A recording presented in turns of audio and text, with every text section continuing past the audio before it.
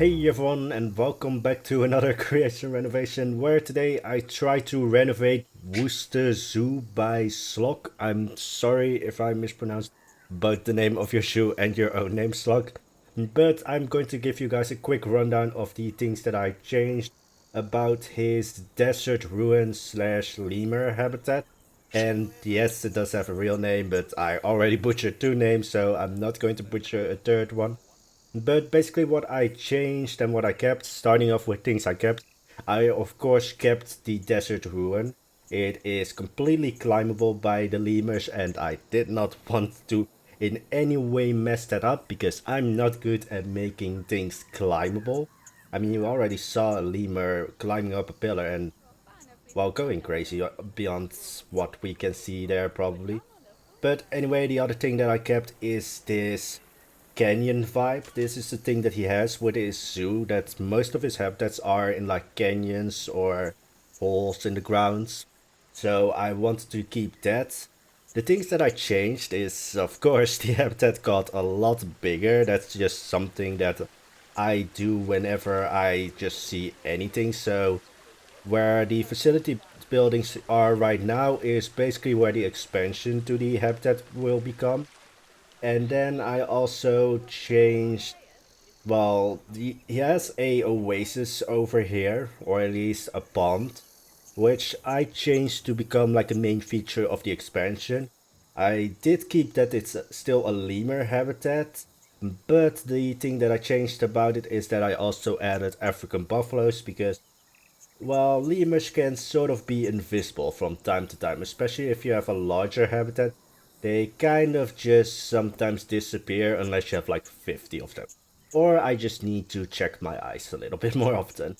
But anyway, so that's the majority of it. I also made a large change, which isn't really related to the habitat, but he has this viewing area here for his hippo habitat.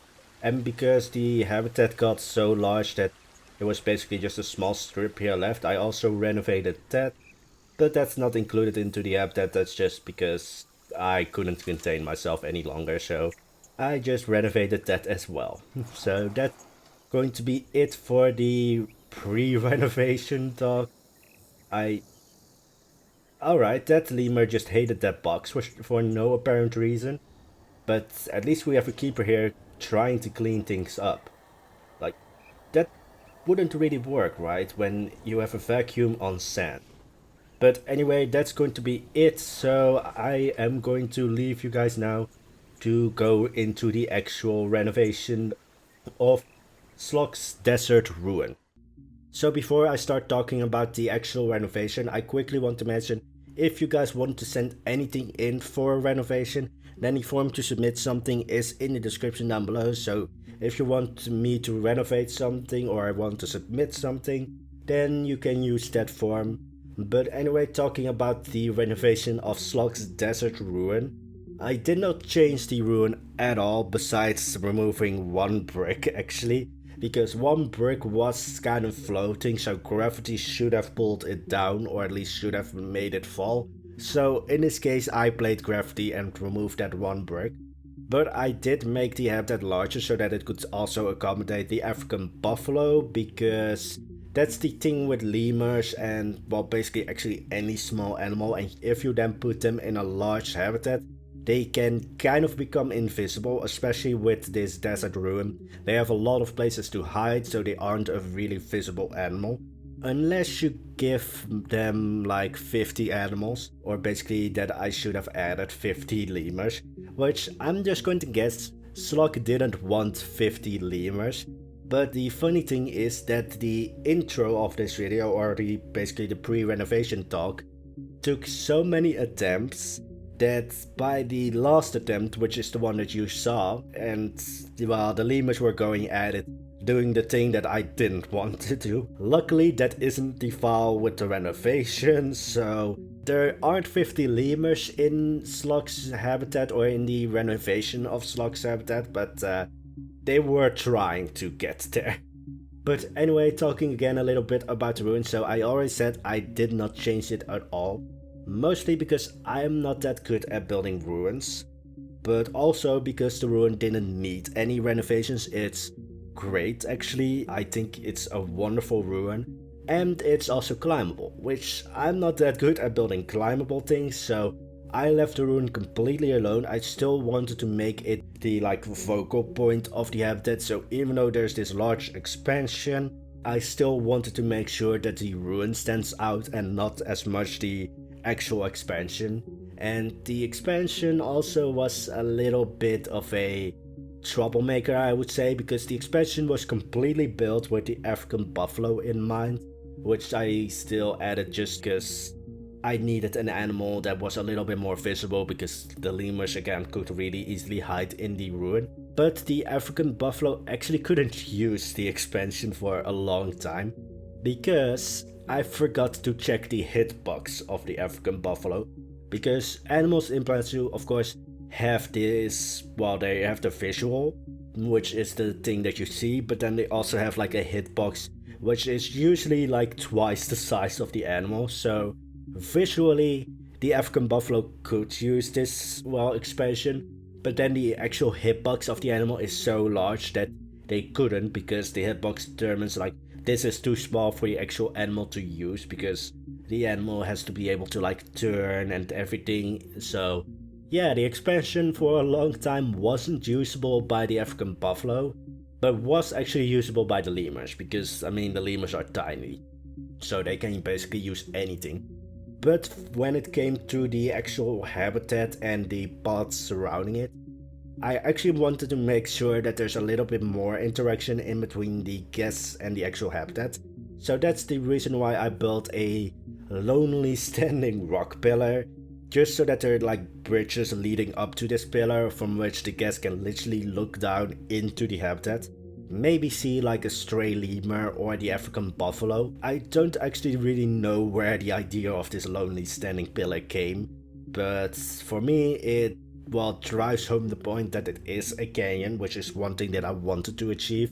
Again, Shlock has this thing going on throughout this entire zoo, with the animals or the habitats being in like canyons, or I would say sinkholes, they also look a little bit like.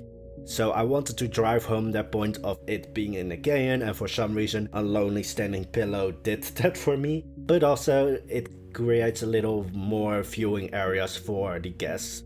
And I try to make sure that the guests can see all around the habitat, so the entire habitat is surrounded by paths, and I did make sure that the actual rock walls also kept in mind there that the rock walls kind of went with like wind and or wind flow and erosion. So some places on the rock walls are very smooth, some places aren't. I'm going to take the, well, lonely standing rock pillar as an example, because one side of it is eroded, so that's that like C curve, because the wind continuously bashes against it, and then the other side kind of slopes outwards, kind of like a tree trunk, which is usually how I approach rock walls.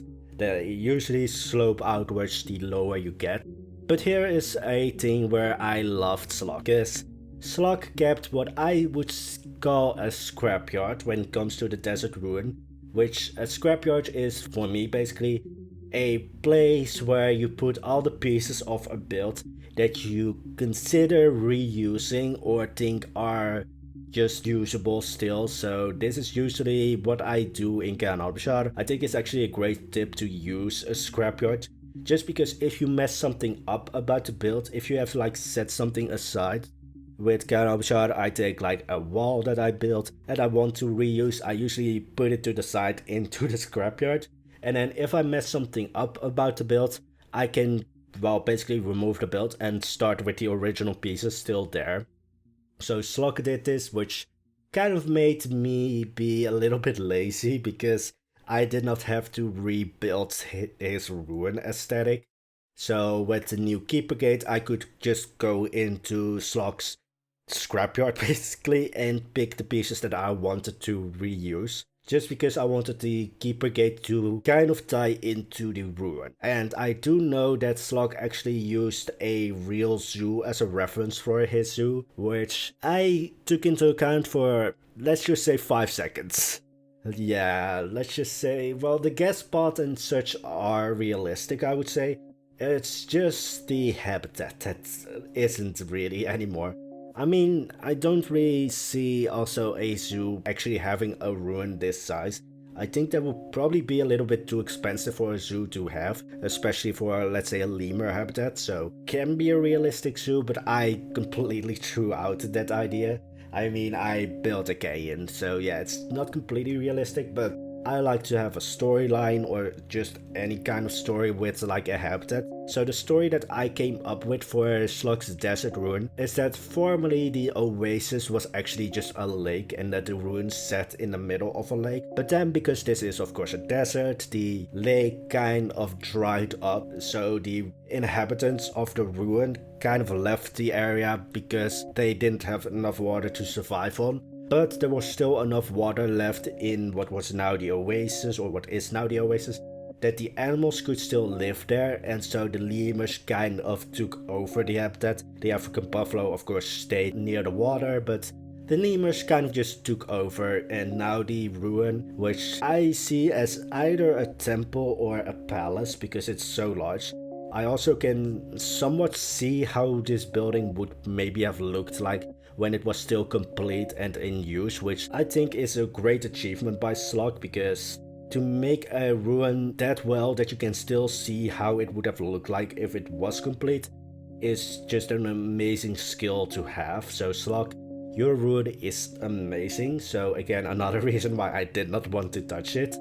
That's something actually with another build that was actually sent in for renovation.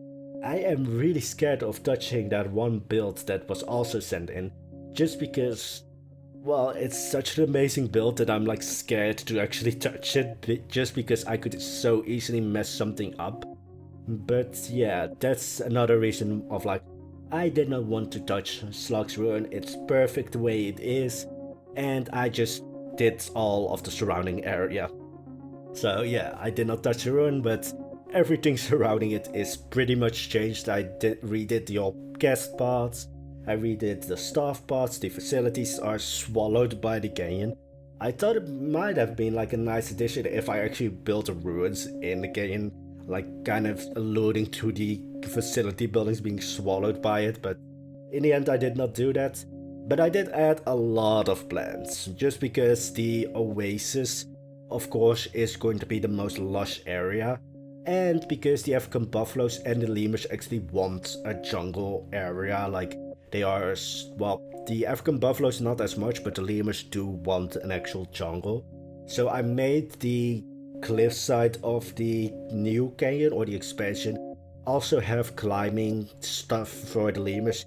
Not as good as what Shlock did, but I did attempt it just so that you also have lemurs in the new expansion, and that it's not just solely there for the African buffaloes, but then again, the African buffaloes couldn't use the expansion for a long time. So that was interesting. I had to mostly redo most of the rock walls of the canyon just so that the African buffaloes could actually get in there. And I did actually put a mud bed for the African buffaloes at the end of the canyon or the end of the expansion, just so that the African buffaloes actually used it, because otherwise, like, if you don't have anything to draw the animals to a place, like if you don't have any toys or a sleeping area or something like that, then they won't use it. Or they might like explore it for a little bit, but then after they found out like, oh, there's nothing here, then they won't really use it. So I made sure that the African buffaloes had a reason to go into this canyon, just so that this is definitely the African buffalo area, and then the ruin is the lemur area. Even though, well, again, the lemurs are a little bit invisible sometimes because they hide in the ruin. So again, wanted to also draw them out of the ruins sometimes, but yeah, let's just go back into the pre-renovation slash intro of this video, where I had so many attempts to try and make that work that there probably were 50 lemurs by the end of it. Yeah, sometimes the intros just take so long that I give you a lot more animals than you asked for, because they just went crazy at it. But yeah, I also wanted to, of course, think a little bit about the actual guest, which is a little bit of a strange thing for me, because Bashar and Isla Pacifica are completely built without the guests really in mind. Building something for the guests was actually quite a strange thing. I also redid that viewing area for the hippo habitat, or like the underwater slash, not really underwater, but just the area where you could look into the underwater section of the hippo habitat. And I tried to use the same technique as I did here, with having like white cloth being basically to protect yourself against the sun, because it is a desert zoo, so having something to shield the guests from the actual sun is a, I would say, must-have for the zoo, because you don't want guests dropping from like a, what is it, sunstroke or heat stroke. I think that's the right word for it. But I wanted to sort of give it this rustic slash somewhat safari-like vibe, just because I don't know if this area was meant to be like an African area, although the rest of the zoo does have this African vibe going on, so I kept this safari-like theme just to make it somewhat work as a realistic zoo, because most of the time when you have like an African area, then the zoo somehow or for some reason always or usually opts for like a safari theme, which I went into just to make it a little bit realistic, also not really, but by this time I had mostly done everything when it comes to the renovation of the habitat, or at least the habitat and the guest experience for it. Which, again, I need to thank Shlock immensely for keeping a scrapyard, because that meant that I could draw the ruin outside of the habitat as well, so that it wasn't only confided into the habitat. Yeah, that's just an amazing thing when I try to renovate something and I find out that the creator of the thing that is sent in for renovation kept the scrapyards. Don't know really why I should be like so giddy about it, just because I should be able to build it myself obviously, but it's just really amazing to find a scrapyard, just because then the lazy side of me or of the squirrel just comes in.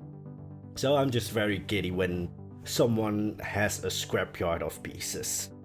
But anyway, I also, because it is a attempt at the realistic side of this habitat, I of course needed to add fences so that, let's say, kids, but also sometimes adults, don't just drop into the habitat.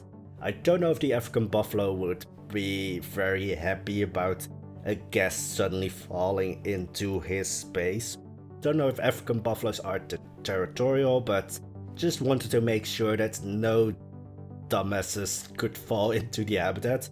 Although you could still climb some rocks, so it's not completely idiot proof, but most of the time it has a fence, which a kid could easily get through, because as you could see, there's a massive hole in the fence. But it's just there to give you the vibe of a fence, but then also like survival of the fittest. If your kid falls in, bye bye. I'm not saying throw your kids in there, but yeah, survival of the fittest. Yeah, I should not talk about it like that, but that's literally my thought when I built that fence. It was just like, oh, the kids could actually get through here because there's like a massive hole in the fence. But the fence looks great, or at least in my opinion looks great. Let's just, if the kid drops in, then it's not that much of a waste. That sounds so bad. It's just, yeah, I can't really explain it beyond that, or at least make it better than that, because that's literally my train of thought when building that fence. If the kid falls in, then the kid deserved it in some way. Again, bad way to think about it, but yeah, I don't really think too much about the guests when building an actual habitat. But anyway, going into that complete safari vibe just with these white pieces of cloth, for some reason they give me safari-like vibes, or in a way also just rural African vibes or something like that, because it feels or looks like something that like the locals set up to basically facilitate a safari or some kind of like expedition to this ruin, Like, it wasn't built or placed by like a multi-billion company. It was just built there by either the locals or by the small safari company slash something. So here I also wanted to give Shlock his facility buildings back. I am going to admit this isn't my best build, because by this point I think I've been building for 6 hours. Or 4, something along those lines, so I was a little bit like mentally trained, I would say. I wasn't like disinterested in it, but after building for 4 hours straight, then it sort of becomes like this, like, you kind of go into this like trance-like state where the world doesn't matter anymore and you're just like that's literally how my brain was. Like, it was just emitting a monotone sound, like almost like I just think about like dial-up internet, which I never had. I mean, I'm like of that generation where I always, well, yeah, I always had the internet. I did have those like huge PCs, or like huge compared to PCs now, like the actual screen was huge. But yeah, I just thought of dial-up internet when thinking about my emotional state while building these facility buildings. So I did try to keep them secluded, try to keep them away from the guests, because of course in a realistic zoo don't want the guests to actually see the facility buildings. But I also made sure that if you look at them from a distance, because the facility buildings are going to be able to be seen, I wanted to make sure that they kind of blend in with the surroundings. So I went for this like the village-like vibe, just so that if you looked at them from just any point of view for the guests, they blend in with the surroundings area, so that it's not like, oh, that's a facility building. It's just like, oh, that's backdrop or something for anything of the actual habitat.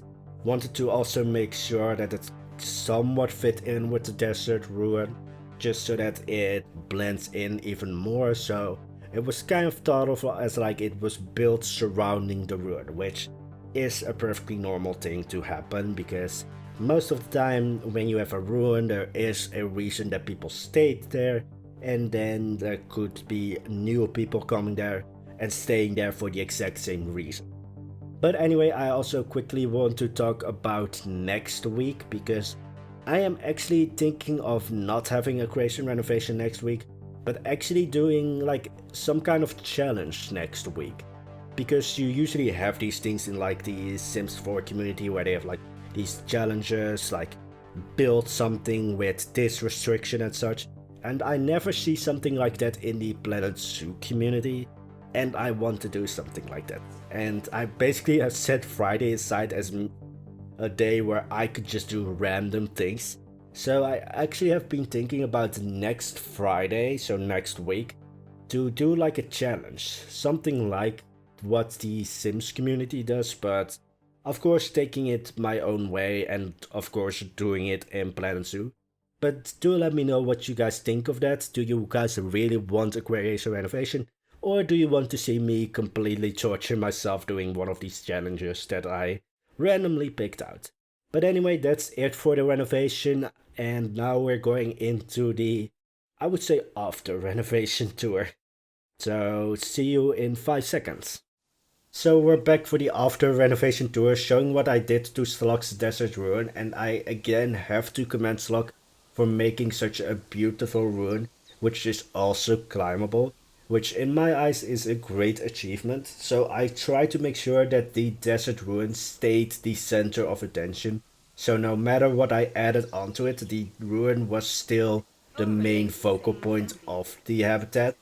And I hope I succeeded in that. In my eyes, I did, but then I've built so long on this that I'm not the most unbiased when it comes to that. But I try to make sure that there's a little bit of like a build up to the habitat. So that's why there are some planters here. But now to go on to actual tour. So there's somewhat idiot-proof fencing surrounding the habitat. Although there is a massive hole, of course, in the fence.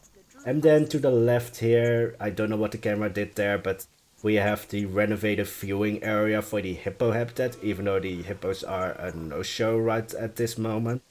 But then going to the right, which I think I'm the happiest with this area, because you have a great view of the actual ruin from here. And then sometimes if you like look down or something, you have a great view of a surprise lemur that might be like across this ridge. I mean, there's one right there which for some reason just went into a rock for a split second. And then another lemur which again went into the rock for a split second. But then just looking down, sometimes you'll like find a lemur across these beams, and then other times you will find like an African buffalo here. So I really like how this area turned out, and you just get really close to a lemur now. But most of the time it's like crowded with lemurs here for some reason. Even though there's nothing to do here for the lemurs, they sometimes just completely crowd this area. I think they're right now all sleeping inside the ruin. But that's why there are the African buffaloes, which are very loud for some. Because if the lemurs sleep, then you will see the African buffaloes. And if you don't see the African buffaloes, usually you will find 20 lemurs. Because let's face it, this after renovation tour took so many attempts that right now there are probably again 20 to 30 lemurs. But from every area of the guest spot, you can clearly see the ruin, which again I try to make sure that it stayed the center of attention throughout the entire renovation. That everything that I added up to it basically just what the. Alright, someone is having a run, but anyway, so that's from every point you can see the ruin, that it stayed the center of attention, and everything I added up to it basically just enhanced the ruin. And even though the guests can't do this, but I'm just going to walk straight to this fence, which is basically hiding the staff area. So Shlock, you do have your two staff facilities back. I actually gave you a big keeper's house because I forgot if you had a small or a big one, because I basically deleted it right off the start, so I gave you a big one in return. So now you have enough keepers here to feed this habitat. But anyway, I did not actually fence off the back of the facility area, just because then there's room for expansion. But anyway, walking further along, we see more African buffaloes, or well, one of the two, because there are only two here.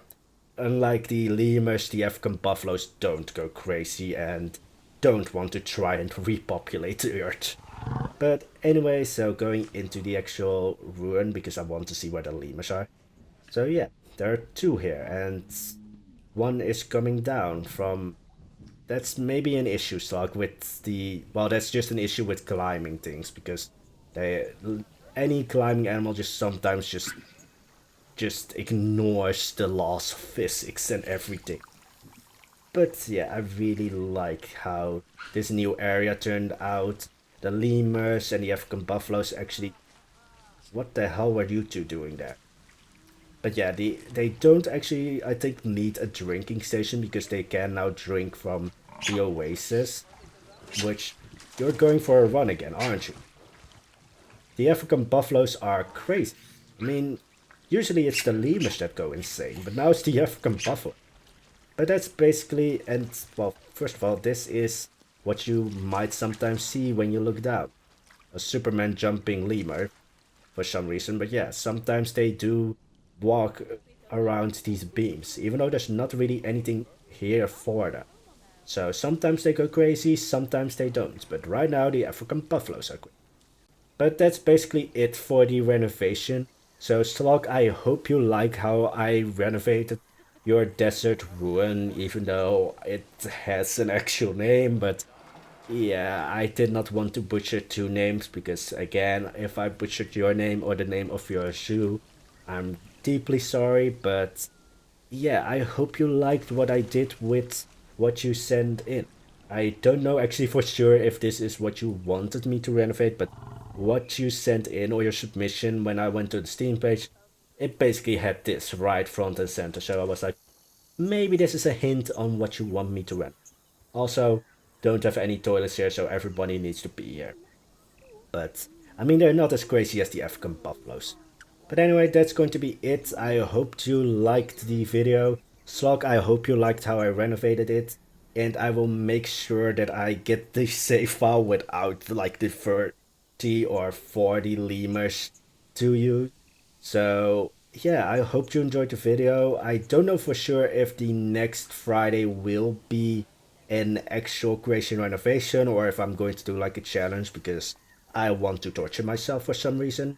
But again, hope you enjoyed the video. If you want to see more, then don't forget to hit the like and subscribe button, or if you just want to hit buttons or click buttons, because as a squirrel I can see why clicking buttons is fun, then you can of course do that as well. I wish you all an amazing day, have fun, stay safe, take care of yourself, and I will hopefully see you in the next video. Bye bye!